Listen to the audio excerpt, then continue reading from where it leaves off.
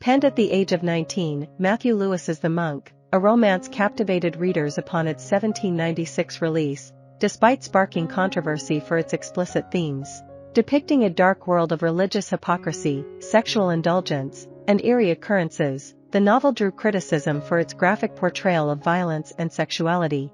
Despite alterations made in subsequent editions to appease public outcry, The Monk retained its popularity well into the 19th century, exerting a significant influence on later Gothic and horror literature. Lewis, a versatile writer and eventual Parliament member, hailed from a privileged English background, born in 1775. His extensive travels across Europe, exposure to the aftermath of the French Revolution, and fascination with German Romanticism shaped his literary style. Unlike his contemporaries such as Anne Radcliffe, Lewis delved into more provocative themes, infusing his work with supernatural horror, explicit violence, and unflinching explorations of moral decay. Set against the backdrop of 18th-century Catholic Spain, The Monk navigates through Madrid and various European locales, immersing readers in a world colored by Lewis's vivid imagination. Despite the lack of specific dates, the novel reflects the cultural upheaval of the era, where societal norms and ideologies were fiercely contested amidst the lingering aftermath of revolution. Lewis's portrayal of a foreign and exotic society added to the allure for his English Protestant audience, further contributing to the novel's intrigue and lasting impact. Told primarily from an omniscient, third-person viewpoint, The Monk, in line with many novels of the 18th century, incorporates various inset tales.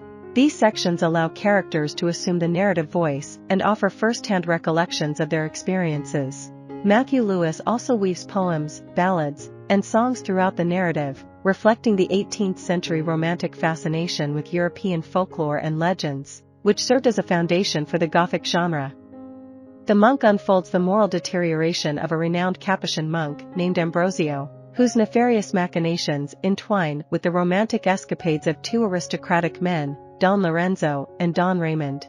It presents an elaborate, fantastical, and at times surreal storyline, rich with disguises, mistaken identities, sudden twists, and supernatural terrors. The tale commences with the arrival of Antonia, a young girl, and her mother, Elvira, at the Church of the Capuchins in Madrid, Spain.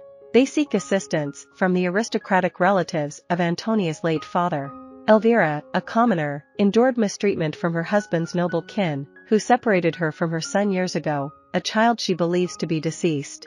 Don Lorenzo, an aristocrat visiting Madrid to see his sister Agnes, a nun at the convent of St. Clare, encounters Antonia at the church and promptly falls in love with her. Don Lorenzo informs Antonia of the city's reverence for Ambrosio, the esteemed leader of Madrid's Capuchin monks, following his sermon at the cathedral.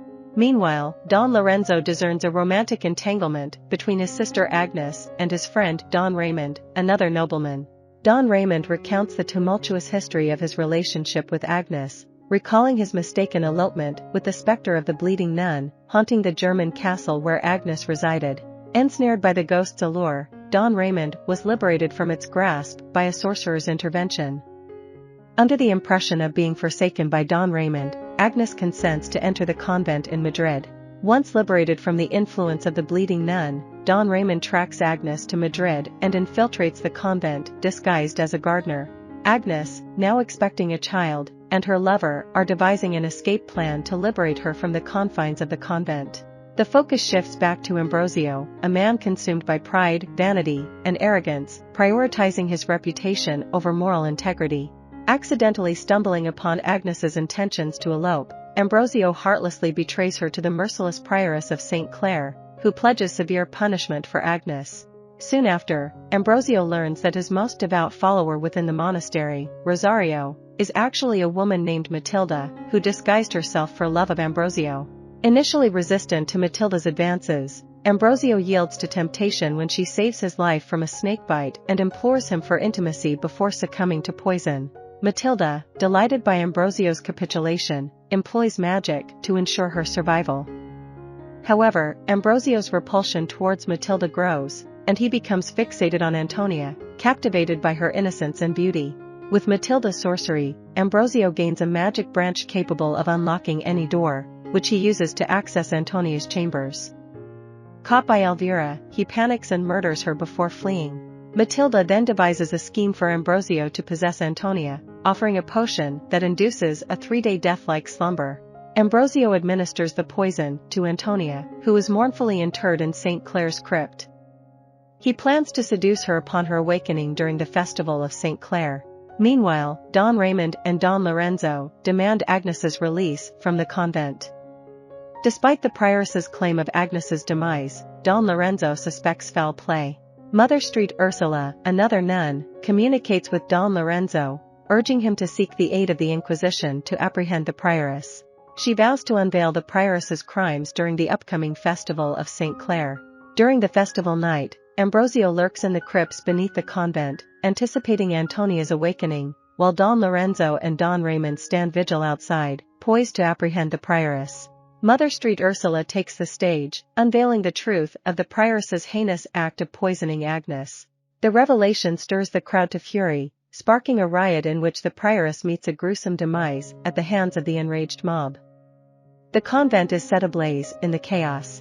Amidst the turmoil, Don Lorenzo ventures into the underground passages and uncovers a concealed dungeon where Agnes languishes in captivity. Like Antonia, Agnes was subjected to a potion inducing a death-like state, awakening 3 days later in the crypt. Having endured torment and deprivation under the prioress's cruelty, Agnes suffered premature childbirth, resulting in the loss of her child. Don Lorenzo rescues Agnes just as Antonia awakens in her tomb.